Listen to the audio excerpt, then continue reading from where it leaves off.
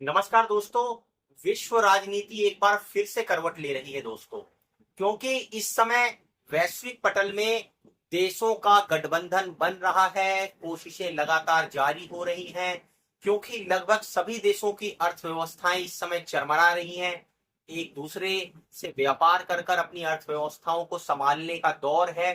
वहीं युद्ध भी प्रायोरिटी पर है। यूक्रेन और रसिया का युद्ध लंबे समय से चल रहा है। भारत पाकिस्तान कन्फ्लिक्ट हमने देखा, इजराइल ईरान की टक्कर हुई। अब उसके बाद दोस्तों ऐसा दिखाई पड़ता है कि आने वाले समय के अंदर जो है वो चाइना और ताइवान की भी टक्कर देखने को मिले। दुनिया की स्थिति कुछ ऐसी बनती जा रही है जहां पर यह समझना जरूरी है दोस्तों कि पूरी का पूरा जो गुट है, जो विश्व है, वो दो गुटों में बट रहा है। ठीक कुछ वैसे ही जैसा द्वितीय विश्व युद्ध के अंदर हुआ था। एक तरफ तो दोस्तों जहां पर नाटो अमेरिका जो है अपने सहयोगियों के साथ जुड़कर पूरी वैश्विक स्थिति के ऊपर अपना दबदबा दोबारा से कायम करना चाहते हैं, वहीं रसिया जो है दोस्तों वो चाइना और इंडिया को आपस में मिलाकर गठबंधन बनाना चाहता है, जिसको बोलते हैं हम RIC। दोस्तों इसमें रसिया, इंडिया, चाइना अलायंस, अगर ये तीन बड़े देश आपस में मिल जाते हैं दोस्तों, तो यकीन मानिए बाकी के सारे देश आपस में मिलकर भी इनका बाल बांका नहीं कर पाएंगे, क्योंकि इनकी अर्थव्यवस्थाएं इतनी बड़ी हैं, इनकी आबादी इतनी बड़ी है और इनकी सैन्य शक्ति भी इतनी बड़ी है कि अत्याधुनिक हथियारों को रखने के बाद भी कोई दूसरा देश जुड़कर भी मिलकर भी इनका बाल बांका नहीं कर सकता है। दोस्तों रसिया इस बात को जानता है कि अमेरिका और नाटो जिस तरह से एग्रेसिव होकर यूक्रेन को हथियार दे रहे हैं, आज नहीं तो कल नाटो के साथ रसिया का टकराव बिल्कुल पक्का दिखाई पड़ता है दोस्तों। और ऐसी स्थिति में जब बहुत सारे देश आपस में मिलकर रसिया के ऊपर हमला करेंगे, तो रसिया के लिए यह बहुत जरूरी हो जाता है दोस्तों कि वो चाइना और इंडिया को अपने साथ रखे और ऐसी स्थिति से उभरने के लिए उनका साथ ले। क्योंकि दोस्तों चाइना और इंडिया की जो सैन्य पावर है वो इतनी बड़ी है कि वो अकेले कई देशों को निपटाने में सक्षम है। साथ साथ दोनों ही देश दोस्तों परमाणु संपन्न भी हैं और परमाणु हथियारों का भी अच्छा खासा जखीरा इनके पास है। ऐसे में दोस्तों नाटो डरा हुआ है, नाटो के साथ साथ अमेरिका डरा हुआ है। हमने देखा कि किस तरह से नाटो के चीफ सामने आए, उन्होंने इंडिया के साथ साथ ब्राजील और चाइना को धमकाने की कोशिश करी। दोस्तों ये धमकियां जो है, गीदड़ भपकियां तब दी जाती हैं जब आदमी का कोई बस नहीं चलता है।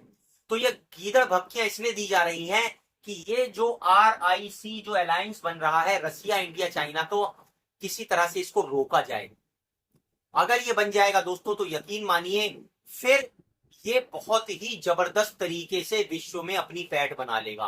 क्योंकि जिस तरह से ब्रिक्स के देश अपनी करेंसी जो है ला रहे हैं और डॉलर को कमजोर करने का प्रयास हो रहा है, अमेरिका की अर्थव्यवस्था जिस तरह से चरमरा रही है, हम सभी जानते हैं दोस्तों कि बहुत तेजी से अमेरिका जो है वो अपनी जो विश्व के अंदर जो दादागिरी वाली पोजीशन थी वो लूज करता जा रहा है। और उसको कहीं ना कहीं बनाने के लिए उसको चाहिए कि वो किसी भी बड़े देश को बड़ी महाशक्ति में कन्वर्ट ना होने दे। हालांकि चाइना दोस्तों कुछ अपवादों में अमेरिका को टक्कर देता हुआ दिखाई देता है, चाहे वो टेक्नोलॉजी हो चाहे अर्थव्यवस्था हो। उसने अपने जो है टेक्नोलॉजी और हथियार इतने विकसित कर लिए हैं कि आज वो अमेरिका को टक्कर देने के लिए जो है तैयार दिखाई देता है। हालांकि दोस्तों इन सबके बावजूद भी अमेरिका की कोशिश ये है कि भारत को रोका जाए कि वो रसिया और चाइना के साथ ना जुड़ पाए।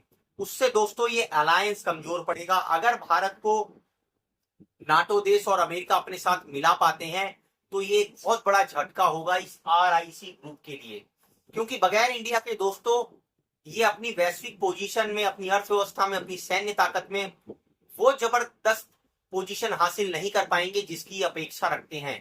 कि अगर कभी ऐसी स्थिति उत्पन्न होती है कि नाटो का संघर्ष रसिया या चाइना के साथ होता है, तो दोस्तों जरूरत होगी ऐसे बड़े देश की जो उनका साथ दे सके। हालांकि दोस्तों तरह तरह के पैंतरे चले जा रहे हैं भारत को अस्थिर करने के लिए। एक तरफ तो जहां चाइना लगातार बॉर्डर पर तिग्गी पंजी खेल रहा है, वहीं अमेरिका और नाटो देश भी जो है वो दोस्तों कम नहीं है। वो भी पाकिस्तान को आगे कर कर भारत को लगातार जो है चुनौतियां देने की स्थिति उत्पन्न करते रहते हैं, चाहे वो पाकिस्तान को आर्थिक तौर पर मदद देना हो, चाहे उसको सैन्य हथियार देना हो। और दोस्तों ये जो आतंकवादी हमले भी होते हैं, ये सिर्फ पाकिस्तान की ही चाल नहीं होती, इसमें वेस्टर्न कंट्रीज के साथ साथ चाइना जैसे देशों की भी जो है मिली भगत छुपी हुई दिखाई पड़ती है। जितने भी एक्सपर्ट हैं वो जानते हैं कि देशों को अस्थिर करने के लिए इस तरह की चालबाजियां समय समय पर होती रहती हैं।